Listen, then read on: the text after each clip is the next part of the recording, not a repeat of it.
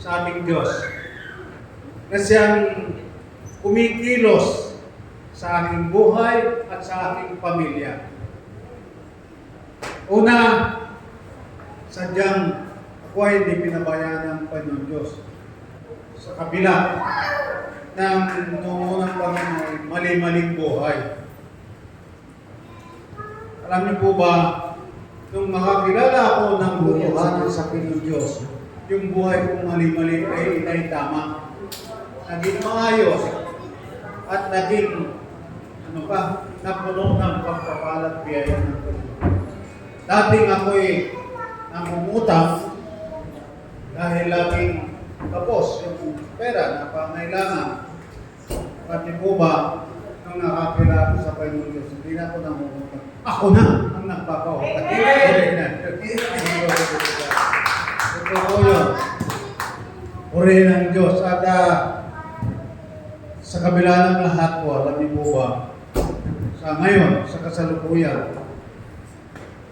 sa kabila ng edad kong ito, ako po ay 76 years old. Ako po, maniniwala po kayo, 76 years old. Noong December 10, 76 po ako.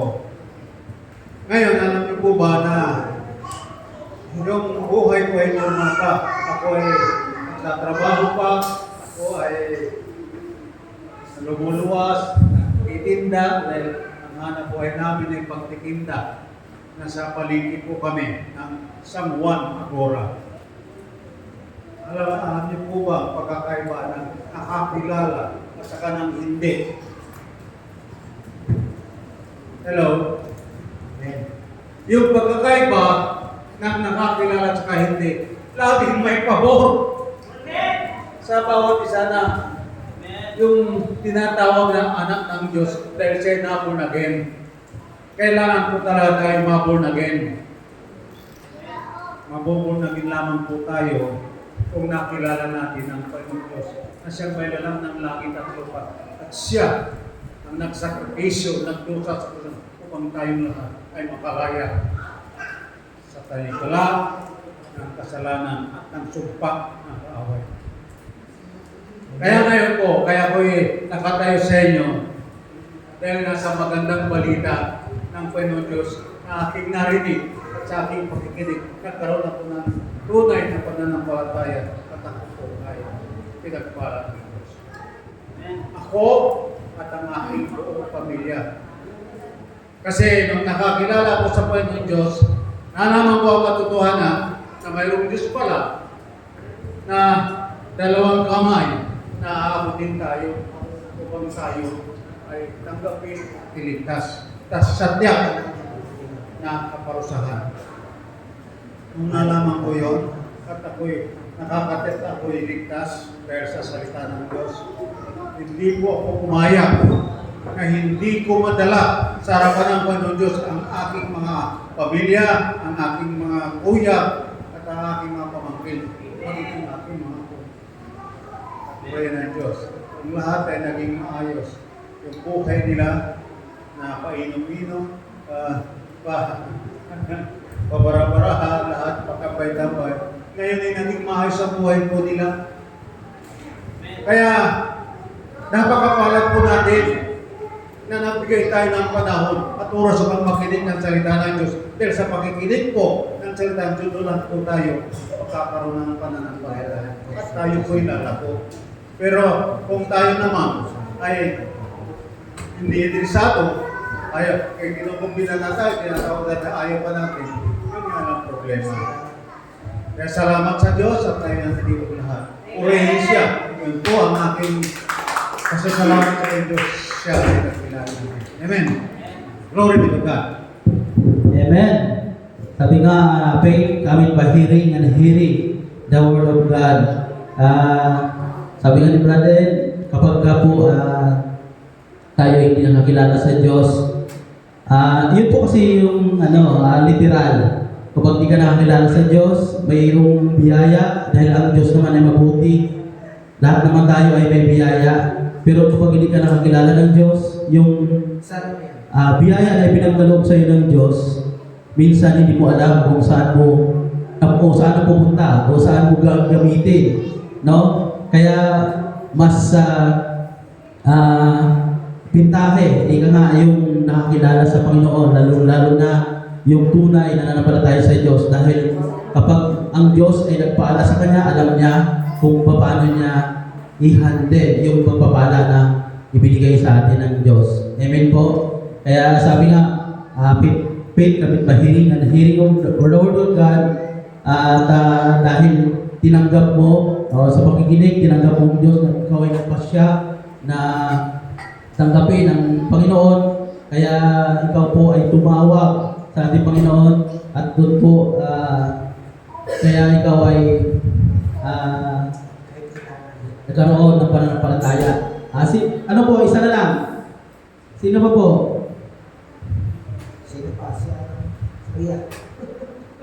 Ikaw. Pumaya. Sino po? Si Sister,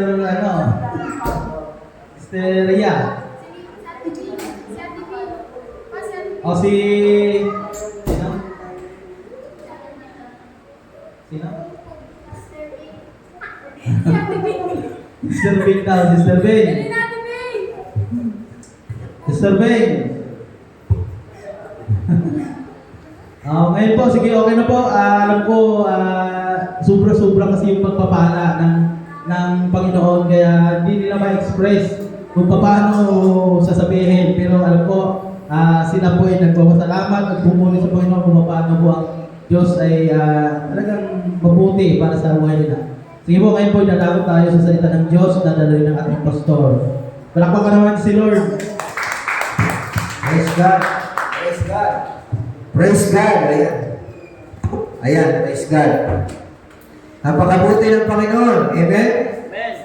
Inom na tayo ng gasolina. Gas tubig.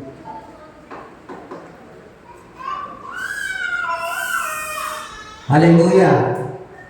Tulad nga ng sinabi ni Kuya Ed, napakaganda ng umaga. Amen? Narito tayo na sumamba sa Panginoon. Bagamat, ngayon talagang hadlang ang mundo na ayaw ng masamang espiritu na sambahin ng tunay na Diyos. Nilalagyan niya ng mga hadlang, balakid, mga gawain, mga alalahanin. Kaya sa amin ng Panginoon, tayo ay mga tunay na sumasamba sa Kanya sa Espiritu at katotohanan. Amen? Bilang mga tunay na mga anak ng Diyos na sumasamba sa Kanya sa Espiritu at katotohanan, isang kadahilanan dahil na-born again yung spirit natin. Nauuhaw tayo sumamba sa Panginoon. Amen ba? Nauuhaw tayo. Hinahanap natin ang lugar para sambahin natin ang Panginoon na walang balakid, walang nakakaharap nito. Amen? Pero may mga tao na hindi na naman natin pwedeng sabihin na lahat ay nakakaunawa sa ganito. Gusto man nila. Tulad nga yan, kahit pamasahe, wala. Ganun po. Binigyan ng kahirapan ng demonyo ang tao, kahit pamasahe, walang pagsamba, o hindi makasamba dahil walang pamasahe. Pangalawa, hindi sila makasamba dahil nahanapin pa lang nila yung pagkain nila.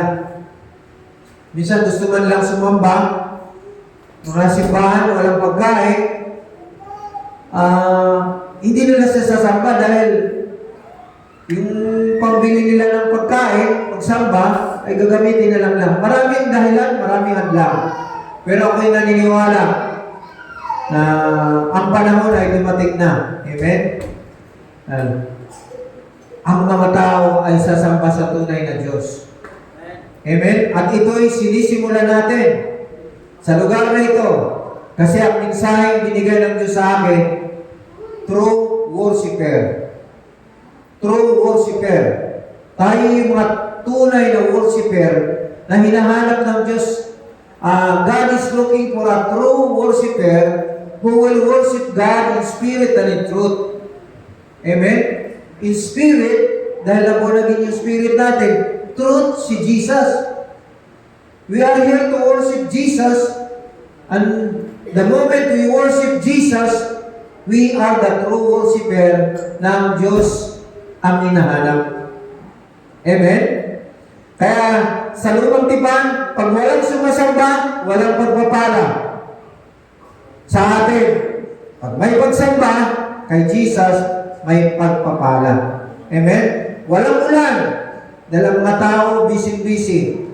Pero pagdating sa bagong tipan, nang dahil kay Jesus, binigyan niya ng pagkakataon, ang maraming tao ang masamba siya sa Espiritu at katotohanan. Kaya I do believe na ang mga churches sa buong mundo ay nagsisimula ng umusbong. Napakaraming tao na talagang binigay nila ang kanilang oras para sumamba. Amen? Yung mga anak ko sa CCCP, dalawa niyang anak, asawa niya. Kahit minsan mayroong sugat yung kanyang asawa kaya nagkaroon ng problema sa ugat na putol. Sumasamba pa rin sila sa Panginoon. At ito pa, pag sumasamba tayo sa tunay na Panginoon, dumadaloy ang kagalingan. Amen? Kaya sa mga susunod na linggo, invite niyo lahat,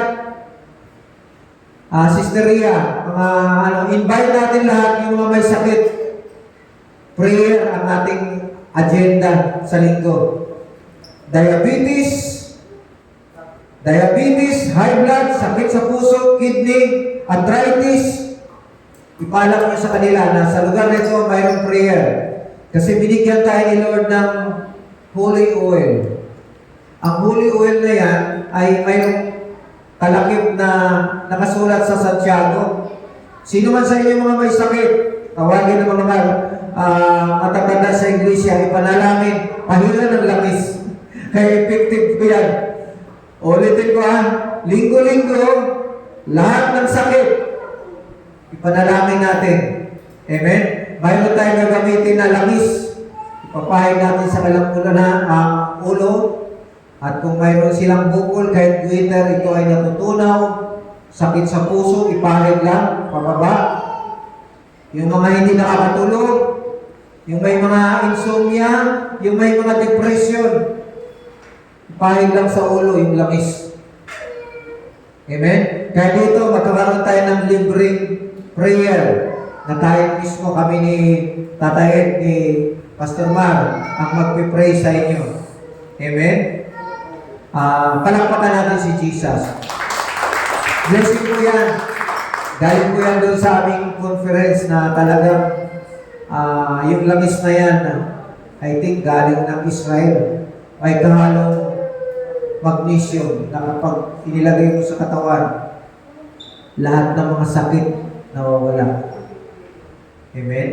Kaya tayo manalangin, Lord, maraming salamat sa umagang ito, Panginoon. Sinasamba ka namin sa Espiritu at katotohanan. Ikaw ang Diyos na dakila. Ikaw ang Diyos ni Abraham, Isaac at ni Jacob. Nakikita namin ang sitwasyon ng aming mga buhay. Nakikita mo ang sitwasyon ng mundong ito, ng kapaligiran. Napakaraming tao ang hindi pa nakasamba sa iyo. At maraming mga tao sumasamba sa mga simbahan na hindi naman totoo ang kanilang sinasamba. Ngunit Lord, darating araw, oras at panahon, sa mga tunay mong simbahan, sa Kamaynilaan, Lord, sa mga lahat ng lugar ng Cainta, Marikina, Panginoon, Quezon City, San Juan, Manila, Pasig, Taguig, Pasay, Makati, lahat ng mga simbahan ay pupunuin mo ng mga tunay na sumasamba sa iyo, sa Espiritu at katotohanan. At habang sumasamba kami sa iyo, Lord, dumaloy ang iyong kapangyarihan, dumaloy ang iyong kadakilaan, na ikaw ang Diyos ni Abraham, Isaac at ni Jacob, na lagi kaming nakatingin sa iyo, lagi kaming umasa sa iyo, Panginoon.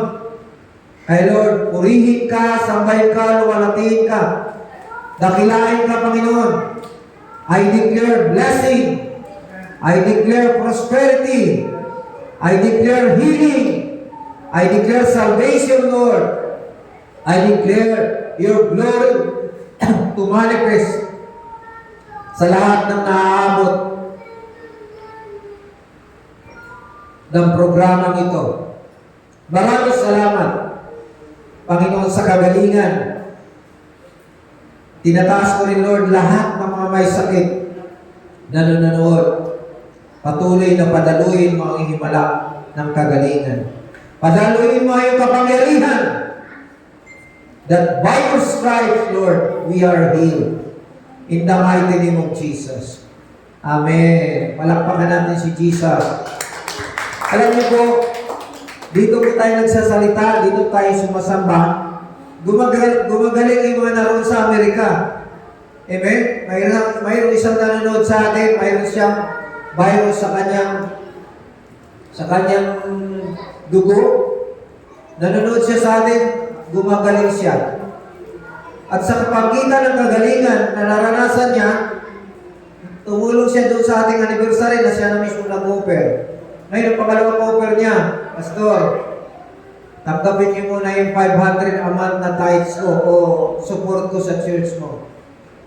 Kusa nang dumaloy ang Espiritu ng Diyos sa kanila dahil gusto nila na maranasan ng maraming tao ang kaligtasan. Kaya humanda po tayo mga kapatid dahil ang simbahan natin ay maraming ginagamit ng Diyos na tumutulong. Amen?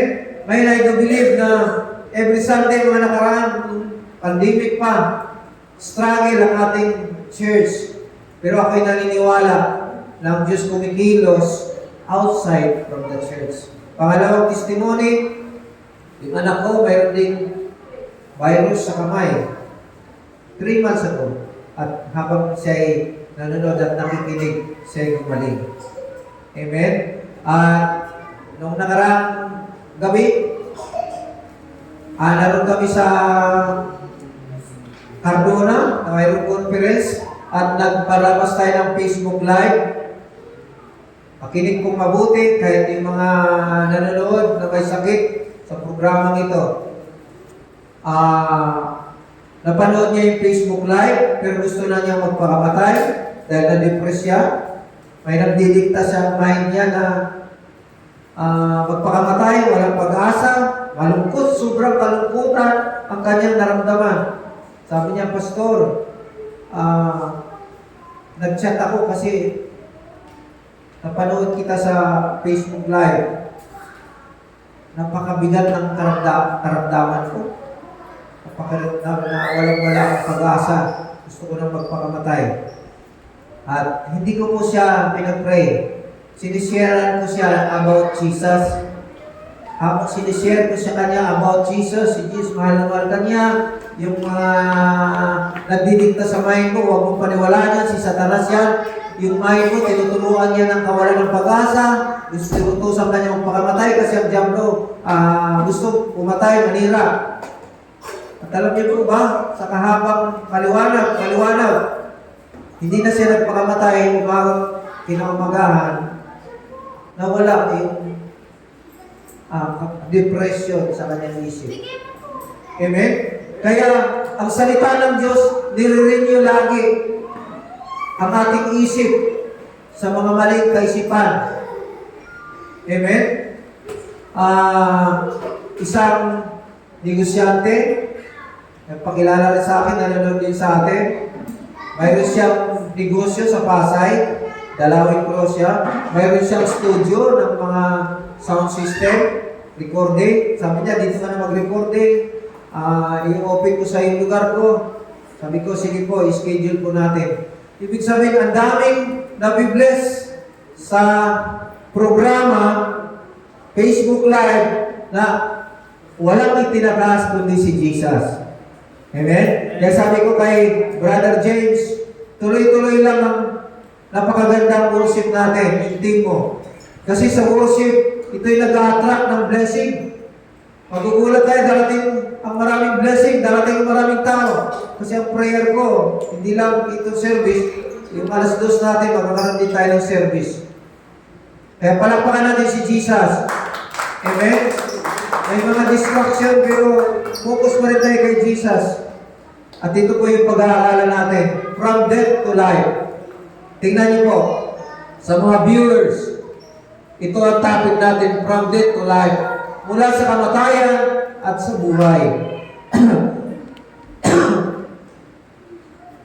Yan po ang pinaka-teksto natin.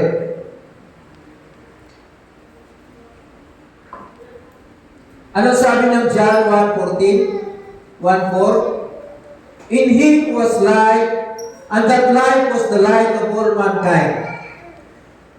Okay? In Him. Si Jesus ang tinutukoy niyan. Kay Jesus ang buhay. Yung buhay na yan, hindi lang ang buhay na nabubuhay tayo, gumagalaw tayo. Yung buhay na yan, ay tinutukoy na yan, God's kind of life. Paano nga tubig kayo, no?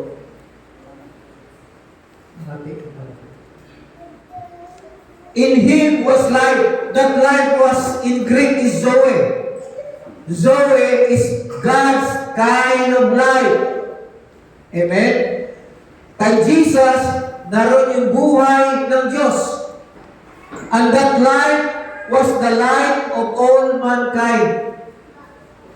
Amen? Ang buhay na yan, ang buhay ng galing sa Diyos, nandun kay Jesus, ay ilaw sa lahat ng mga tao. Amen? Kaya kapag nasabi si Jesus, ay ilaw. May ilaw.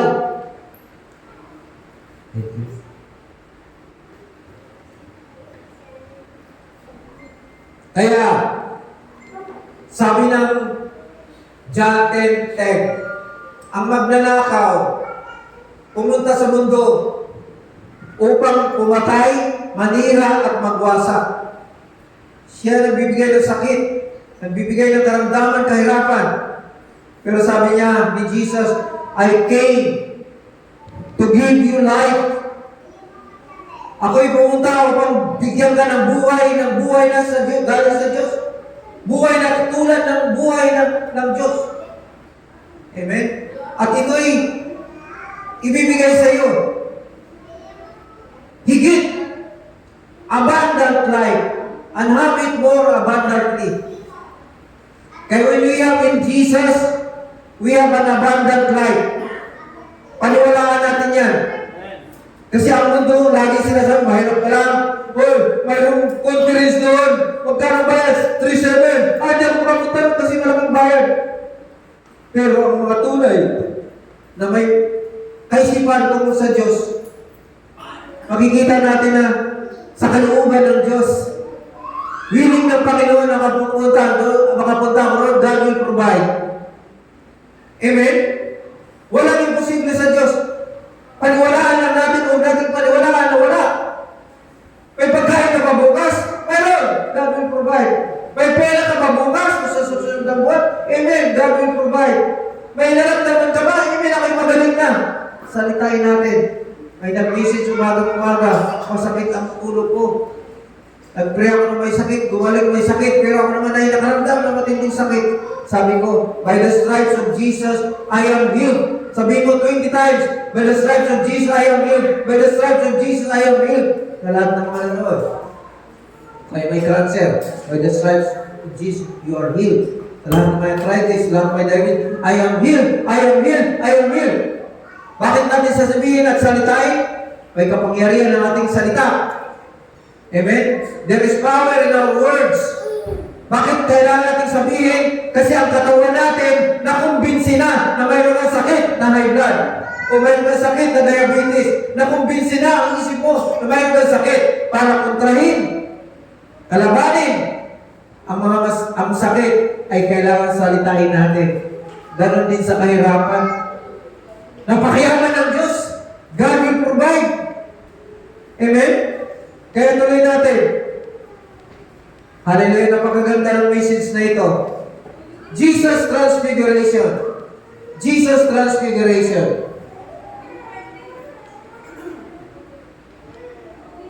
Nawala.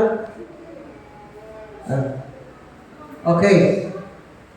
Jesus Transfiguration. Si Jesus, ang katawan niyang, katawang tao ni Jesus, naging katawang nagdininding. Nagliliwanag. Yung image niya nagliliwanag. Sabi nito, from natural to supernatural. Ang katawan daw ni Jesus, nakikita nila Pedro, ay naging supernatural, nagdininding. Okay. Ano sabi niyan? Basahin natin. After 6 days, Jesus took with him Peter, James, and John, the brother of James, and led them up on up a high mountain. Bakit sila sa bundok? Si Peter, si James, si John. Okay? Tuloy natin. There he was transfigured before them. His face shone like the sun, and his clothes became as white as... Amen? Nagdidingning na siya na parang araw. Amen? Ang kanyang damit ay puting-puti, nagdidingning. Yun po yung transfiguration. Nagiging glorious yung katawan ng Panginoon. Tuloy natin. Just then, there appeared before them Moses and Elijah. Mabig, paano kaya ito? Magiging kasi putol-putol. Kaya ba? Ha?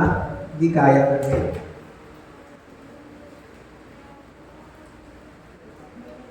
Ha? Bakit kaya ganyan? Sarang hindi pa yun.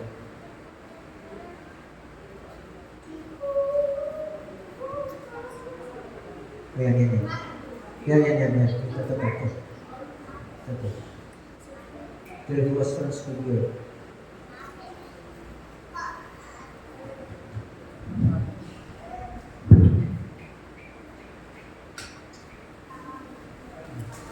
Sige. Dalawang linggo lang ganyan na.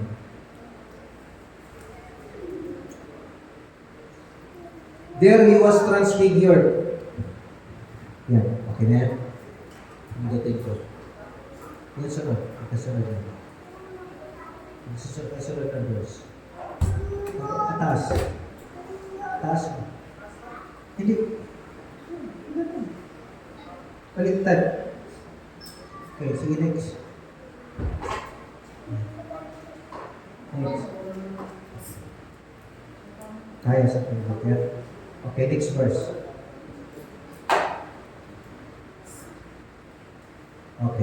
Okay. Then yan naman. Kaya ka dito yan. Hindi pa rin.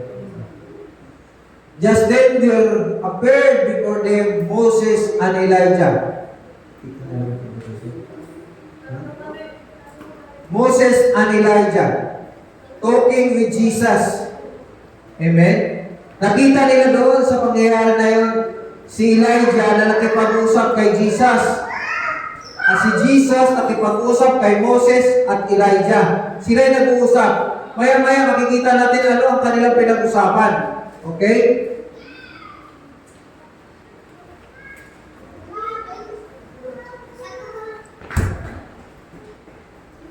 Okay, Peter said to Jesus, Lord, it is good for us to be here. If you wish, I will put up 3 shelters, one for you, one for Moses, and one for Elijah. Sa ibang translation, Lord, magbigay tayo, gumawa tayo ng tabernakulo. Para sa iyo, para kay Moses, para kay Elijah. Tingnan niyo po yan ha.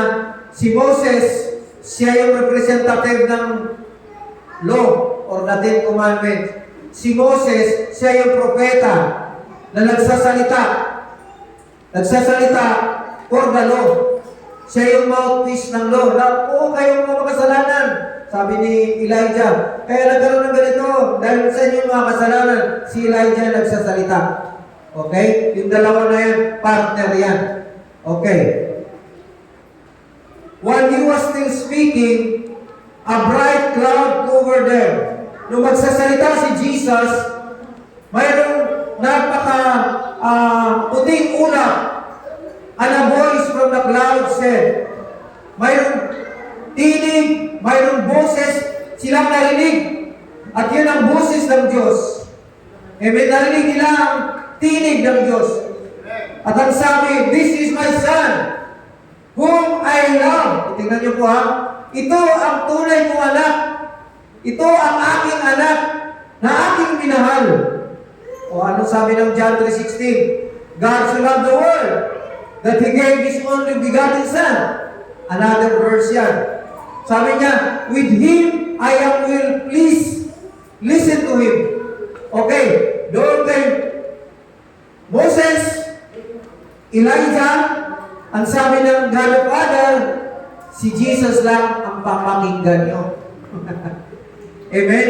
Nagkaroon ng transformation. Nagkaroon ng pagbabago. Ito New Testament. Okay? Tuloy natin. When disciples heard this, when the disciples heard this, they fell face down. They fell face down to the ground. Terrified. Natakot sila. Natakot yung tatlong disipulo. Pero napakagaling ng Bible. Peter, James, John. Tingnan niyo po yun ha. Kasi doon natin makikita ang pagbabago kung paano inano niya ang Old Testament o kaya yung law, kanyang pinupulfill at binababa niya yung grace. Pinapalit niya yung grace.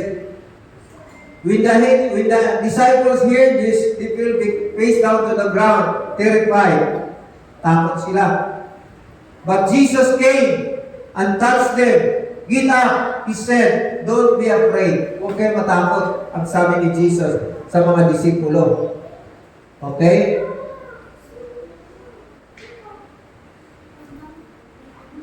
When they looked up, they saw no one except Jesus.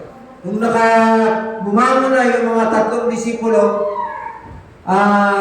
wala silang ibang nakita kundi si Jesus. Okay. Ito na yung napakagandang pangyayari dito. Peter means rock or stone. Ang pangalan daw ni Pedro, kahit ang inyong mga pangalan, tingnan niyo po yung kay Mr. Google, sasagutin niya kung ano yung ibig sabihin ng pangalan niyo. Kaya dito, totoo ang Biblia na mga pangalan doon sa Old Testament, sa Hebrew, makikita mo. Sa New Testament, ang pangalan nila, titignan mo kay Google, Greek word. Na, ano yun? Bantayan, kunin mo yung mga bata na yan. Yun na naman ang, diyan ka lang na upo. Diyan ka lang. Okay. Peter means rock or stone. Tingnan niyo po yung pagkakasulat. Peter, pangalawa, si James. Ang ibig sabihin ng pangalan ni James, James means supplanter or substitute. Okay? James means supplanter or substitute. Ang ibig sabihin ng supplanter ay galing sa pangalan ni Jacob. Ang pangalan ni Jacob ay mapanlin lang. Parang nanluloko. Mapanloko si Jacob. Okay, the other name is John. Ang pangalan ni John, ang ibig sabihin, grace. John means grace by God. Ang ibig sabihin, ang stone na kung saan nakasulat ng law ni Moses ay pinalitan ng grace. Sa panahon, yun ang purpose ng transfiguration. Pero ang pinaka-main reason kung bakit nagdiningning ang katauhan ni Jesus dahil nga sa liwanag, makinig kong mabuti.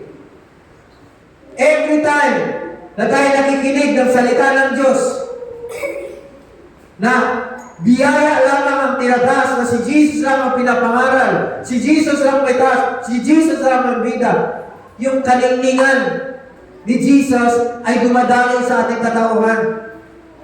Dumadami sa ating mga kaisipan.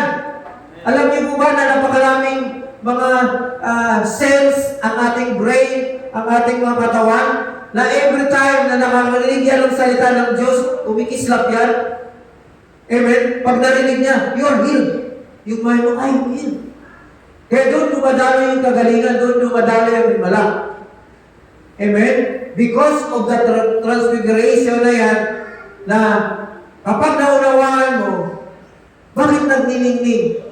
Light of the world, from death to life, nagliliwanag siya.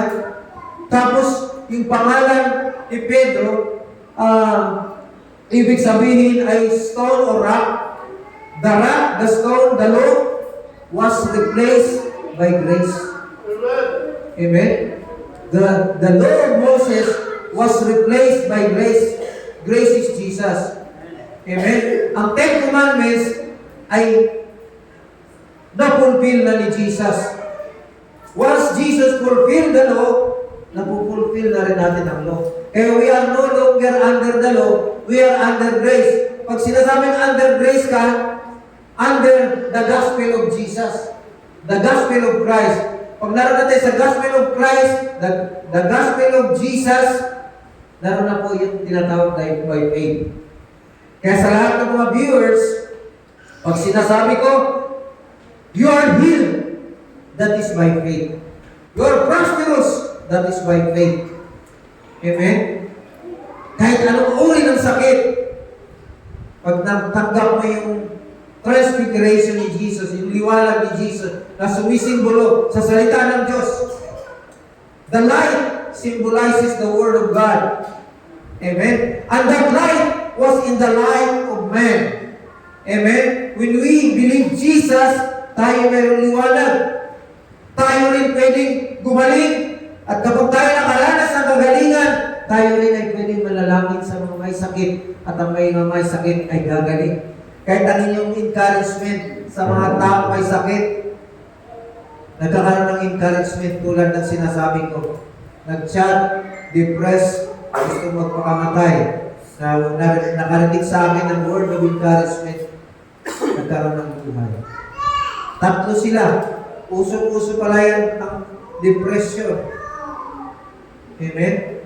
Ang depression ay kakulangan din ng supplement sa ating kaisipan. Kaya nadidepress ang tao dahil walang tamang supplement o vitamin ng brain ng tao. At yun din ay isang spiritual ay gawa rin ng diablo. Okay? John means grace by God. Tuloy natin. Ministry of Death. Basahin po natin yung Ministry of Death. Mayroon po Ministry of Death ngayon. Ang Ministry of Death ngayon, ito yung nangangaral ng law ni Moses. Na kanilang pangangaral, yung Old Covenant at New Covenant pinaghalo, hindi sinasala sa lens of the finished works of Jesus. Tayo, gumagamit tayo ng salita ng Old Covenant, pero dinadala natin sa before the cross and after the cross. Ang mga Old Covenant messages ay before the cross, pero pag dinala natin doon sa after the cross. Paano natin malaman ito ay before the cross? Kapag yan ay nagbibigay ng condemnation, kapag yan ay nagbibigay ng requirements na, kaya kapag papalain, ito gagawin mo. Yan po ang mga under the law. Amen? Kaya under grace, sabi niya, by the stripes of Jesus or by the finished works of Jesus, you are prosperous, you are healthy, you are wealthy. Amen? Ang sakit karamdaman, wala lang ang iyong katawan kapag nanampalataya kay Jesus, pwede ka magkasakit, pero mayroon nagpapagaling. Amen. Amen? Salitain mo, sabihin mo. Amen? Huwag mong, sabi ko doon sa may sakit, huwag mong hayaan na ang isipan mo ay dumadalo yung kawalan ng pag-asa. Huwag mong hayaan na nagbulay-bulay ka ng hopelessness. Huwag mong hayaan na nagbulay-bulay ka ng kamatayan. Dahil once makumbinsi ang iyong kaluluwa, gagawin mo yan. Kaya maraming tao mayayaman, nagpapakamatay din. Kasi yung mind nila, punong-puno na. Sa maraming kaalaman, sa YouTube, sa social media, binasa na lahat, inalam na lahat. Hindi nila alam na ang brain ng tao ay napupuno din. Kaya minsan, kailangan din natin magpahinga sa ating mga social media. Gamitin lang natin ito sa pamagitan ng messages. Huwag natin panurin lahat yun. Kasi yung brain natin napupuno. Kapag punong-puno na, na-stress na. Napapagod rin pala. Lalo na yung mga baka batang gumagawa ng naglalaro ng Mobile Legends, nakadilat na lang. Nakadilat. Parang mga robot na lang. Kaya maraming tao ay parang mga robot na lang. Nandun sa MRT, nakasakay ko. Uy, kinakalabit. Ayaw gumalaw kasi nakikinig. Nanonood. Naglalaro. Kahit matatanda na, naglalaro. Grabe ang panahon ngayon. Okay lang sa atin kung pinapanood natin ay Gospel of Christ. Amen? Hallelujah. Okay. He has made us competent. Ito yung ministry of death. He has made us competent as ministers of the new covenant, not of the letter, but of the Spirit. Ito yun. Ang old covenant, sa pamagitan ng letra, thou shall not, thou shall not, thou shall not. Pero sa atin ngayon, sa panahon natin, sa biyaya ng Panginoon, ang sabi niya, for the letter kills, but the Spirit gives life. Kapag lagi ka nakikinig ng mga preaching, ng mga mixture, ng mga under the law, dumarating yung sakit na ramdaman. Wala nang healing. Maniwala po kayo. Kasi sabi ng Galatians 3 verse 5, di mo ba alam? Di mo ba alam na habang nakikinig ka ng law, hindi gumagalaw yung kapangyarihan ng Holy Spirit. Pero kapag nakikinig ka ng biyaya, ng gospel of Christ, doon gumagalaw ang kapangyarihan ng Holy Spirit. Kaya ito po ang sinasabi dito sa 2 Corinthians. Not of the letter, but of the Spirit. For the letter kills, but the Spirit gives life. Under law messages, it gives death. Amen? Kaya mayroong mga preacher na gagaling mag-preach, pero under law, may high blood, may diabetes, minsan na heart attack, na stroke, patay. Pero minsan nag-preach yan sa pulpito. Pero under grace, hindi mangyayari sa atin yan. Kasi wala na sa atin yung nag-aalala tayo.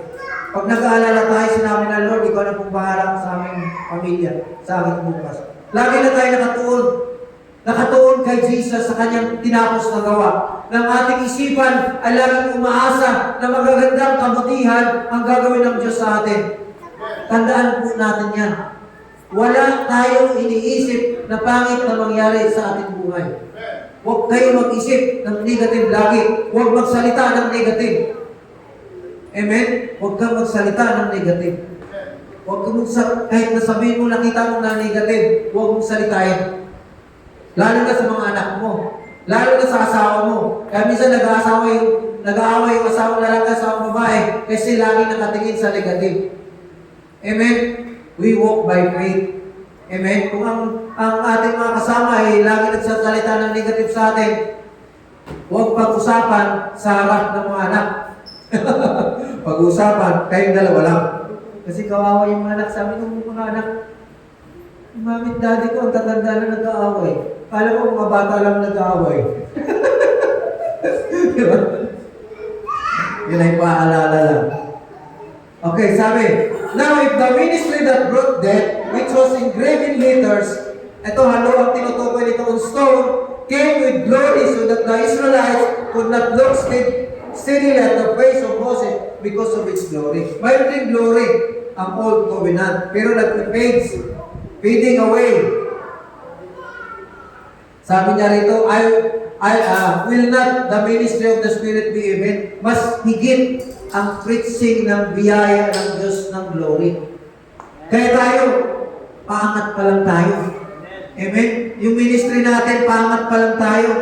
Amen? Marami pa lang manonood sa ating live every Friday. Amen? Ang ating views every Sunday, maraming nanonood, 200. Hindi na masamang may nanonood sa ating 200 kung ang kanilang nakikita at narinig ay si Jesus. Amen? Hallelujah. Glory to God. If the ministry that brought condemnation was glorious, how much more the glory in the ministry that bring righteousness? Hallelujah. For what was glorious has no glory now in comparison with the surpassing glory. In comparison, the ministry of death and the ministry of life. The message of Christ is the ministry of life. It gives life. And if what was transitory came with glory, how much more greater is the glory of that which lasted. Amen? It will last. Wala nang ibang glory, wala nang ibang message na darating. Kaya ang biyaya lang is the final message sa mundong ito na magbibigay ng encouragement sa mga tao upang sila'y magkaroon ng kaligtasan. Kasi rapture nang hinintay natin eh. Okay, lahat ng manonood, lahat ng sumampalataya kay Jesus ay mararapture. Yung mga hindi sumampalataya kay Jesus ay hindi mararapture. Kaya kailangan natin ibahagi si Jesus para sila makasama sa rapture. Amen? May mga tao din nangangaral na kahit nakakilala na sila kay Jesus, sinasabi nila hindi sila makakasama sa rapture. Kasi sinasabi nila, nanampalataya kay Jesus, hindi ka makakasama sa rapture kasi hindi pa nagbabago yung ugali mo. Ang tinitingnan yung ugali. Oh, amen?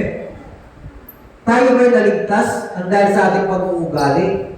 No. Naligtas tayo dahil sa biyaya ng Diyos.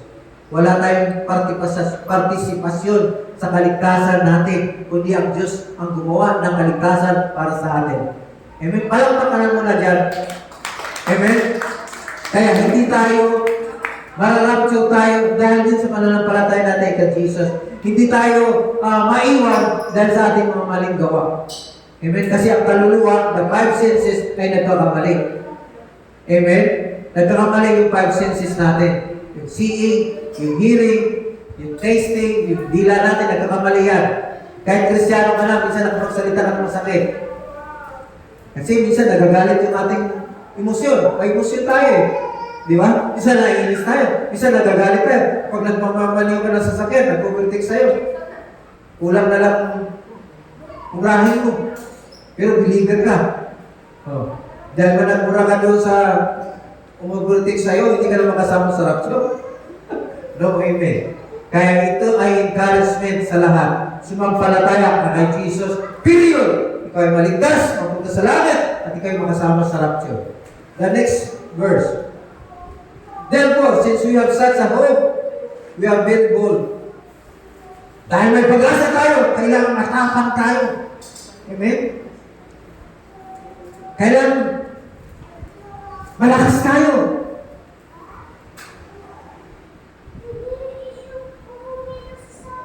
Huwag tayong lalamya sa buhay na ito. Ipangalan natin si Jesus. Ulitin ko, next week, mag-invite ng mga may sakit. Magagalingin sila ng Panginoon. Amen? Walang bayad. Walang bayad yung ating ipapahid sa kanila.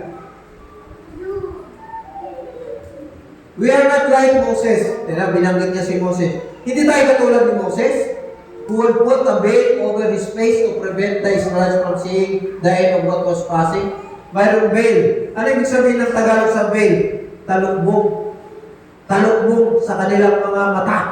Bulag sa espiritual. Nakikita nila kung bulag sila sa espiritual. Hindi nila naintindihan. Si Pablo, nung ma-encounter niya si Jesus, may veil si Pablo. Na-encounter niya si Jesus. Nabulag si Pablo. Amen? Kaya sabi ni Jesus, pumunta ka kay Ananias, Pablo, ipanalangin kay Ananias para ang talakbong mo, ang pagkabulag mo sa espiritual ay mawala. Nung pinatungan siya, pinapanalangin siya ni Ananias, nawala yung talakbong. Amen? Tayo wala ng talakbong. Sabi mo, wala na akong talukbong. Naintindihan mo na si Jesus. Amen? Naintindihan na natin si Jesus. Kaya sa lahat ng mga viewers, kailangan niyang makinig para maintindihan niyo si Jesus. Amen? Pastor, ano bang ibig sabihin ng pag-intindi kay Jesus? Gagawa ka ng paraan para alamin mo maigi kung sino si Jesus. Magbasa ka ng Bible. Manalangin ka. Amen? Pag sabihin mo, mananampalataya ka, hindi ka naman nag-pray. Diba? Hindi mo kinakausap ang Diyos. Tapos gawa ka na lang ng gawa sa simbahan. Nagsishare ka. So hindi mo kinakausap yung master mo. Hindi mo kinakausap yung king. Amen? We are inside the kingdom of God. And Jesus is our king. Amen? Ang paglago sa pananampalataya, makinig, mag-aral. Kasi kahit gaano ka kilala ang Diyos, tapos wala ka namang continuous na feeding, wala kang narinig na faith coming by hearing and hearing by the word of God. Kaya kailangan mo rin magkaroon ng effort sa sarili mo. Paano ka mag-feed ng word of God? Paano lumago ang iyong sarili? Amen? Huwag kang umasa na, i-bless na lang ako ng Panginoon, pero wala ka namang effort. Wala ka namang pagdating ng problema dahil hindi mo galang alam. Hindi mo na alam, o pastor, pag-pray mo na ako na pwede mo na akong utusan sa sarili mo na problema, demonyo, umalis ka! Sa pangalan ni Jesus, yun sila sabi, bull. Kapang tayo. Amen? Sa negosyo, makapang tayo. Palayasin ang lahat ng mga hadlang in the name of Jesus. Narinig natin doon sa conference, mag-asawa, grace ang pangalan. Matinding pagsubok. Nagkasakit yung anak, 1.8 million. Wala silang pera. Pero nagdasal sila, Lord, ikaw lang ang aming inaasahan. Wala kaming mayayaman na pwedeng utangan, pero ikaw lang. Dumating ang 1.8 million. Napalabas ang kanilang anak sa hospital. Pagkatapos na noon, nagsimula silang magnegosyo. Ngayon sila ay mga milyonaryo na. Ang dami sasakyan, 27 na sasakyan. Ang dami mga branches ng kanilang mga tindahan. Pinagyaman sila ng Diyos. Bakit? Naroon yung boldness. Naroon yung nakilala talaga nila ang biyahe. Amen? Kahit sa lugar na ito, mangaral ako ng mangaral about Jesus, pero hindi naman ako nag-aaral. At hindi ko talaga gagamitin yung biyaya para ipangaral si Jesus. Wala rin tayong makikita bunga. Amen? Amen? Gusto ng Diyos na talagang labanan natin. Huwag tayong matinag sa nakikita. By faith, this church are blessed by God. Amen? Hallelujah. Glory to God.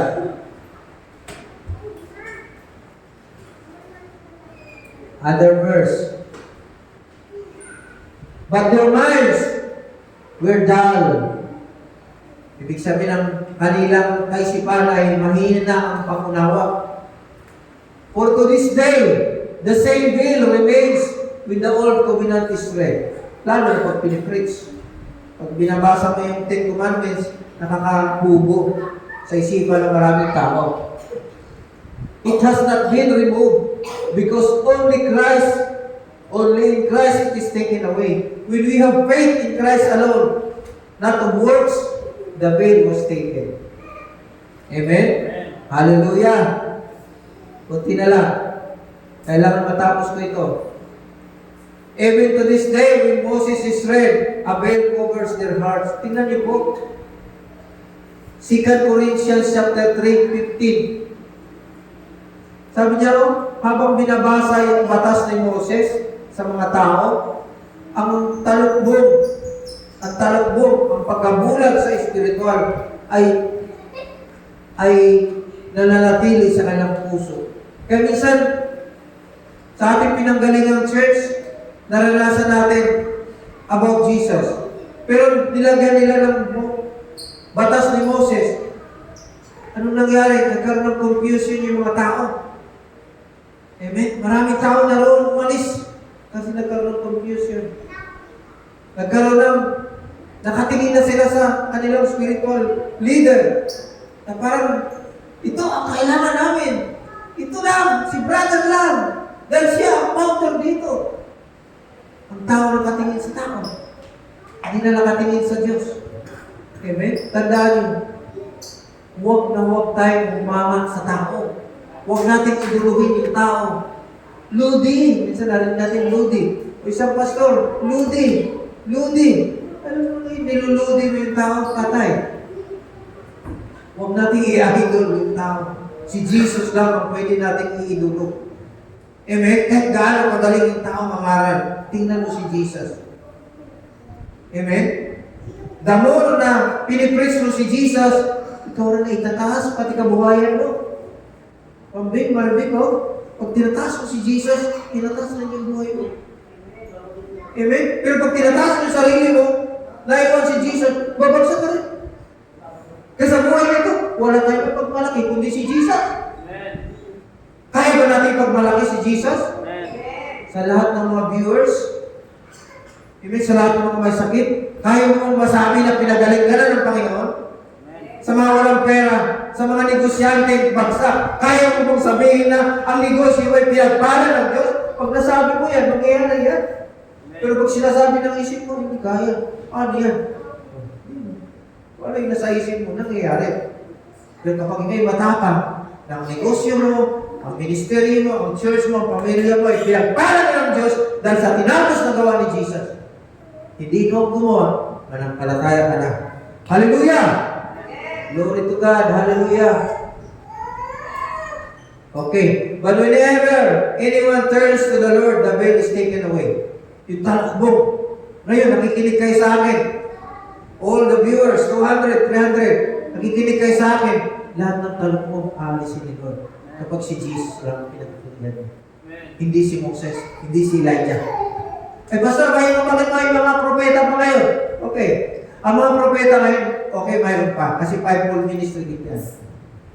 Pero kapag ang propeta nagsasabi sa inyo na kayo ay makasalanan, kaya magsisi kayo sa inyong mga kasalanan para kayo pagpalain ng Diyos, yan ay under Moses. Ano ang propeta ngayon?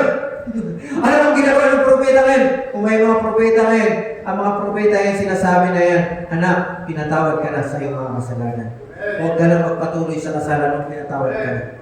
Hindi siya nangungundim. Amen? Kaya yung mga propetang kilala, yung mga Indiano, sabi niya, ang bansa ito, ay kailangan may judgment kasi makasalanan na ang bansa Pilipinas. Kaya dumating si Yolanda dahil ang maraming mga ganitong mga tao, ganitong mga makasalanan. Mali po yun. Moses yun. Kakampi ni Moses yun. Amen? Galit ang Diyos sa mga makasalanan. Kaya mayroong judgment na dumarating. Dumarating kahirapan sa inyo dahil sa inyong mga kasalanan. Sorry po, hindi kay Jesus na mensahe. Amen? Kay Jesus, pinagpala ka na. Dahil sa tinapos na gawa ni Jesus, pinatawad ka na. Sa tinapos na sa panahon ni Jesus, sa pangalan ni Jesus, hindi siya nakatingin sa pagkakamali. Amen? Hindi siya nakatingin. Kahit pastor ka, kahit negosyante ka, ito makinig lahat. Kahit may sakit ka, hindi nang dahil kay Jesus, ikaw ay nagkasakit. Isa talas ang dahilan ay sakit. Bakit hindi umunod ang negosyo mo? Tagal mo na naman pala kay Jesus. Huwag ka mag-isip ng dahilan kung bakit hindi umunlad ang negosyo mo. Ang negosyo mo, tuloy-tuloy mo lang, paniwalaan si Jesus. Ang negosyo mo ay aangat! Amen? Huwag ka mag-isip ng dahilan. Kung mga adlang, kung bakit hindi ka pa nakaranas ng tagumpay. Mayroong suffering. Ang suffering na yan, inaalaw ni Diyos, ni Lord, permissive. Para makita kung tunay kang nanampalataya. Tulad ng mag-asawa ng grace na yun. Hindi nila kinamuhian ng Diyos. Bumagsak ang negosyo lang. Hindi nila kinisyo ng Diyos. Nagpatuloy sila. Nagpatuloy sila. Habang nagpatuloy sila, nakita ng Diyos ang kalinisan ng kanyang pananampalataya sa iyo na parang ginto. Amen? At sila ay nakaranas ng kasaganahan. Palagpakan natin si Jesus. The veil is taken away when we hear the gospel of Christ. Amen. Hallelujah. Tapusin mo lang ito. Now the Lord is the Spirit. And where the Spirit of the Lord, there is freedom. The Spirit, the Holy Spirit, kaya na naman sila. Maliit na yan. Maliit na yan. Diyan kabante ka dyan. Now the Lord is the Spirit. And where the Spirit of the Lord, there is freedom. Pero ganyan-ganyan lang yung mga bata, natatalim na sa kanila sa loob ng simbahan. Kasi kahit na ganyan sila, blessing pa rin sila ni Lord. Pag laki nila, lumaki sila sa simbahan, makikilala nila si Lord. Ibig hindi natin pwedeng alisin ng mga bata. Alagaan natin ang mga bata. Laro-laro lang kayo dyan. Minsan mayroon kaming simula ni tatay na simbahan doon. Dami mga bata naglalaro, ang kukulit. Hindi pwedeng pagalitan. Laro na maglaro. Ngayon, yung mga bata, ang yayaman na. Sabi ko, paano yung mama niya? Lumimigay ng pera. Pinagpala ni Lord. Lumaki sa simbahan. Nakarinig kay Jesus. Lumaki na siya. Nalampala tayo kay Jesus. Kaya huwag natin maliitin yung mga bata. Amen? Uy, saan tuloy? Okay, tuloy natin. Glory to God. Ministry of Life. Ito na. Dito na ako magtatapos. Ministry of Life. Sabi ng Ministry of Life, very truly, sabi si Jesus nagsasalita. Ito na yung buhay ni Jesus. Ito yung gusto na mangyari sa atin ni Jesus. Ito na yung pinag-usapan ni na Moses at ni Elijah. Na sinabi ni Jesus kay Moses at Elijah, ako'y bumaba, ako'y mapako. Amen? Ako'y mamatay. Inaalam niya kung anong gagawin ng kanyang finished work, kanyang sakripisyo. Very true, the one who believes has eternal life. O tingnan niyo, the one who believes has eternal life. The one who believes the finished works of Jesus ay mayroong eternal life. Ano yung eternal life na yan? I am the bread of life. Amen? The bread of life. Naging tinapay si Jesus. Siyang tinapay ng buhay. Okay, tuloy natin. Your ancestors ate the manna in the wilderness, yet they died. Kumain sila ng mana. Tinapay na galing sa langit, bumagsak sa desierto, kanilang kinain, pero sila'y nakamatay. Okay? But here is the bread that comes down from heaven, which anyone may eat and not die. Ito ang tinapay na sino mang kumakain ng tinapay na ito ay hindi na siya mamamatay. Amen? The moment you receive Jesus, doon nagsimula yung eternal life. Sa inyong mag-asawa, eternal life na sa inyo na. Si Jesus nakatira na sa inyo. Mayroon na kayong eternal life. Amen? Di ba, ang sarap, mayroon na kayong eternal life. Hindi na kayo mapupunta sa kabila. Hindi na kayo mapupunta sa kapahamakan. Ligtas na kayo. Sabihin niyo mag-asawa, ligtas na ako. Dahil mahal kami ni Lord. Ibigyan niya kami ng anak. Natawa siya, oh. Natawa siya. Totoo yan. Alam mo si Sarah, sabi ni Lord, bibigyan ka ng anak. E paano? 70 years old, 90 years old. Pero nagkaanak, 90 years old. Kasi, alam mo bakit ka natawa? Totoo naman talaga yan. Kasi minsan hindi ka makapaniwala na magkakaroon ka ng anak. Totoo naman yan. Ano yan? Walang kasinungalingan yung expression ng pagtawa. Sabi, pagyayamanin ka na nun. Natawa ka rin. Pero kung natawa ka, isip, ano nangyari yan? Kasi mic natin limitado eh. Si Ma'am Bing Donya, ano nangyari yan? Ano mo, si Maribik Donya? Hindi ako titigil magsasabi na si Maribik ay Donya. Donya ka? Sabihin niya, hindi ka Donya dahil wala ka nakikita. Donya ka na. Donya na tayo. Taga-dun. Huwag lang tayo taga-lundon. Lundon. Huwag na tayo taga-lundon. Kasi ang Lord lagi nang lundon. Okay, tuloy natin. Patawa lang ako. I am the living bread that came down from heaven. Whoever eats this bread will live forever. Tingnan niyo po, will live forever. This bread is my flesh, which I will give for the life of the world. Tingnan niyo po, ang tinapay na ito, na ibinigay ko sa mundo, ito yung buhay. Ito yung sikreto. Na kapag tayo kay Jesus, nag-Holy Communion tayo, ginagawa natin yung Passover. Doon kay panahon ni Moses, yung Passover is the type of the death of Christ. Ito po ang mangyayari sa atin. Magkakaroon tayo ng buhay. Buhay na malusog. Buhay na walang sakit. Amen? Pwede bang mabuhay na walang diabetes, walang high blood? Na wala kang pangamba na aatakihin ka ng ratatak? Pwede naman. Amen? Bakit hindi? Sabi, may bit-bit akong maintenance eh. Kung ako tatanungin mo, hindi yung doktor. Sabi ng doktor, mag-maintenance ka. Pero kung tatanungin mo, alisin mo yan. Pero insult ko sa doktor yun. Pero hindi naman ako doktor. Kung naniniwala ka sa akin, ay talagang gagaling ka. Kasi ang doktor na yan, okay lang yan. Regalo din sila ng Diyos. Pero yung kanilang bit-bit mong maintenance, habang buhay mong bit-bit yan, hindi ka naman gumagaling. Di ba? Pero sa salita ng Diyos, kayo magaling na. Mas totoo ang sinasabi ni Jesus na magaling ka na kaysa sinasabi ng doktor. Ang doktor, hindi siya makapangako kailang ka gagaling. Inumin mo lang yung maintenance para ma-maintain lang yung sakit mo. Pero hindi sinabi ng doktor na magaling ka na. Sinasabi ni Jesus, yung cancer mo, magaling ka na. Yung heart condition, magaling ka na. Yung diabetes mo, magaling ka na. Natawa ka? Okay lang. Pero paniwalaan mo. Naniwala ka ba? Magaling ka na? Magaling ka na. Okay.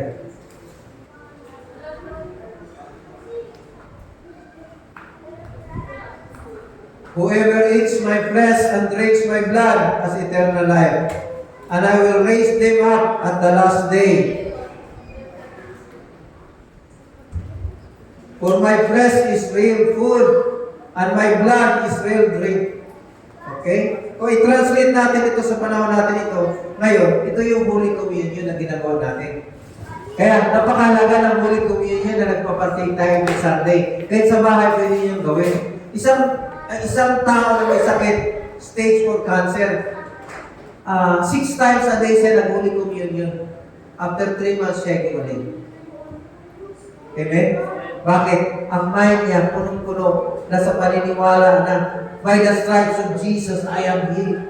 By the stripes of Jesus, I am healed. Kahit ikaw ay negosyante, nakita mo ang negosyo mo walang-wala, sabi mo, the Lord prospers my business. The Lord prospers my business. The Lord prospers my business. Salitain mo. Pag nakumbinsi na yung mind mo na prosperous ka na, dumadaloy yung kasaganaan, yung kaunlaran. Amen? Huwag mong sabihin naman, sakit ako. Huwag mong banggitin na may diabetes ka, huwag mong banggitin na may high blood ka. The moment na binanggit mo yan, kung ano yung sinasabi mo, pinaniwalaan ang nangyayari sa katawan mo. Ako, tingnan niyo po, ako yung walang sakit. Walang high blood, walang diabetes. Bakit? Kasi pinaniwalaan ko, sinabi ng Panginoon, na pwede kang mabuhay na walang sakit. Kaya ako ay nabubuhay na walang sakit. Walang maintenance. Amen? Amen ba? Ganun kabuti ang Panginoon. Pwede pala. Kaya, kung ikaw walang sakit, pwede ka rin na maging kapakayaman. O Franz, banda ka. Kayaman mo ba? Ngayon pa lang. Amen? Napakayaman ng bata. Kayo yung mga susunod na gamitin nyo. Maraming tao papunta sa langit dahil sa pangangaral niyo. Ngayon, estudyante ka lamang kayo. Lord, kami, lumandi ka magiging estudyante. Pero ang teacher namin, Holy Spirit. Ang university namin, University of Life. UP, University of the Philippines. Pero sa atin, University of Life. Ano University of Life? Yung nabubuhay ka sa kawalan, pero mayroong Diyos na nagumagabay sa iyo. Yun yung University of Life. Kung kayo gumraduate yan, grabe. God will use us mightily. Hallelujah.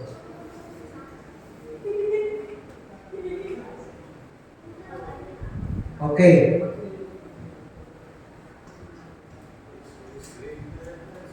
Ito po ang conclusion ko.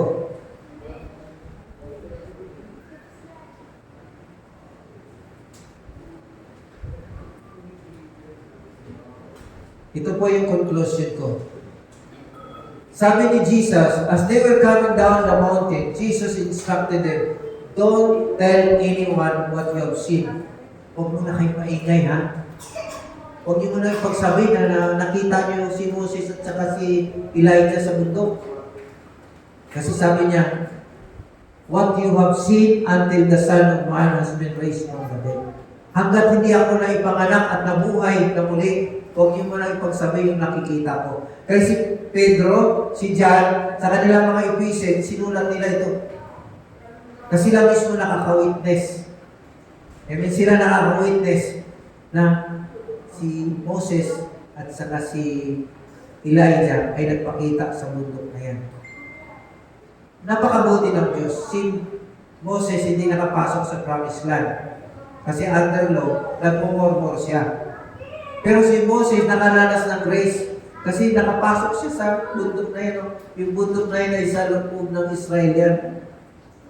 Ang Diyos talaga, hindi mo mararanasan noon, pwede mo maranasan sa grace. Under the law of Moses, hindi mo maranasan yung pagpapala. Under grace, ang pagpapala forever. You are blessed forever. Basta si James. James, you are blessed forever. Joel, you are blessed forever. In music ministry, the anointing of the Lord will flow in your music ministry. Pastor Dilmar, you are blessed forever. Ben, blessed forever. Tatayen, blessed forever.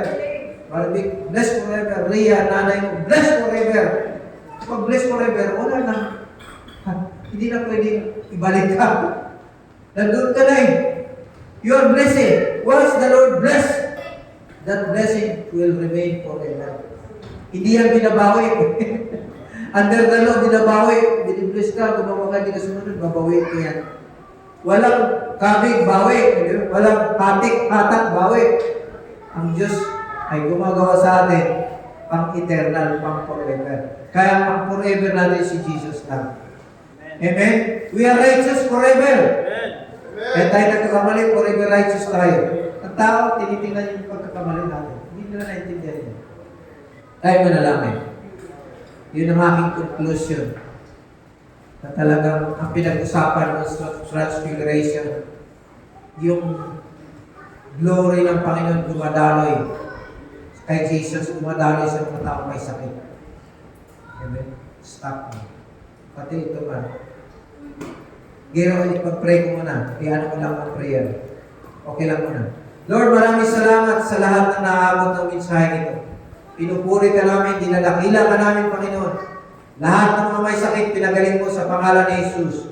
Purihin ka, sambahin ka, luwalhatiin ka, dakilain ka, Ama. Sa pangalan ni Jesus, maraming salamat sa mensahe. In Jesus' mighty name. Amen. Amen. Palakpakan natin si Jesus. God bless you all.